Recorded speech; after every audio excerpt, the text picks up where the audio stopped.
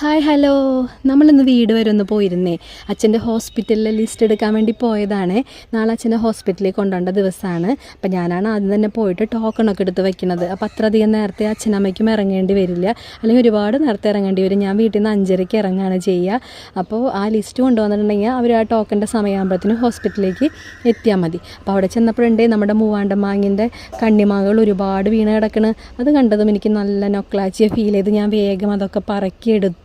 നമ്മുടെ മൂവാണ്ടമാവ് ഒരു പടുവൃക്ഷമാണെന്ന് പറയാൻ എനിക്ക് ആഗ്രഹമുണ്ട്, പക്ഷെ അതൊരു എല്ലിച്ച മരമാണ്. ഒരുപാട് വർഷം പഴക്കമുള്ള മരമാണ്, പക്ഷേ അത് ഒരു എല്ലിച്ചിട്ടാണ് ഇരിക്കുന്നത്. അതിനൊരു കൊമ്പ് മാത്രം ഒരു സൈഡിലേക്ക് വളർന്നിട്ട് അതിലൊരുപാട് ഇലകളും പൂവും കായും ഒക്കെ ആയിട്ട് അങ്ങനെ നിൽക്കുകയാണ്. ഇത്രയധികം കായ്കളൊന്നും അതിലുണ്ടാവാറില്ല. ആദ്യമായിട്ടാണ് ഇത്ര അധികം ഈ മാവ് കായ്ച്ചത് കേട്ടോ. ഞാൻ നന്നായിട്ട് വാഷ് ചെയ്തൊക്കെ എടുത്തു. ചേട്ടായിയോടൊന്ന് വീഡിയോ എടുത്ത് തരാൻ പറഞ്ഞപ്പോൾ ചേട്ടായിക്ക് അത് സമ്മതം ഉണ്ടായിരുന്നില്ല. ഞാൻ അമ്മയുടെ ഉപ്പുഭരണിയിൽ അത് അങ്ങോട്ട് ചാരി വെച്ചു. ഉപ്പും മുളകും വെളിച്ചെണ്ണയൊക്കെ അമ്മയ്ക്ക് മിക്സ് ചെയ്ത് കൊണ്ടു തന്നു.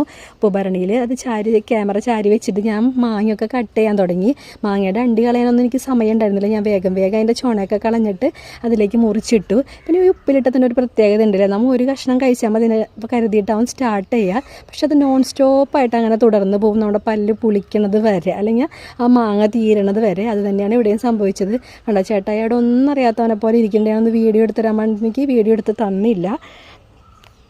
ആ വരുന്ന ആളാരാണെന്നറിയോ? അതാണ് നമ്മുടെ അച്ചമ്മക്കുട്ടി. അച്ചമ്മക്കുട്ടിയുടെ ഹാപ്പി ബർത്ത്ഡേ ആണ് അടുത്ത മാസം, കുംഭമാസത്തിലെ പൂരാടം നാളാണേ. ബർത്ത്ഡേ ഒക്കെ നമ്മൾ സെലിബ്രേറ്റ് ചെയ്യാൻ വിചാരിച്ചിട്ടുണ്ട്. ഇതാണ് അച്ഛൻ്റെ അമ്മയുടെയും തോട്ടം. അമ്മയുടെ ഒരു പൂന്തോട്ടവും അച്ഛൻ്റെ ഒരു പച്ചക്കറി തോട്ടവും. മുറ്റത്ത് തന്നെ നമ്മുടെ ഈ കൈത നടണ ഒരാൾ അച്ഛൻ മാത്രമേ ഉണ്ടാവുള്ളൂ. നമ്മുടെ കൈതച്ചക്ക ഉണ്ടാവുന്ന ചെടി ഉണ്ടല്ലോ, അത് നട്ടു വെച്ചിരിക്കുകയാണ്. ഞാൻ വേഗം തന്നെ കുറച്ച് തുളസി ഇലയും കൂടിയും പറിച്ചെടുത്തിട്ട് അവിടെ നിന്ന് പോകുന്ന മക്കൾ വരേണ്ട സമയമായിട്ടുണ്ട്. അപ്പോൾ ഇത്രയേ ഉള്ളൂ. നമ്മുടെ വീഡിയോ ഇഷ്ടമാണെങ്കിൽ ലൈക്ക് ചെയ്യണേ, സബ്സ്ക്രൈബ് ചെയ്യണേ. താങ്ക്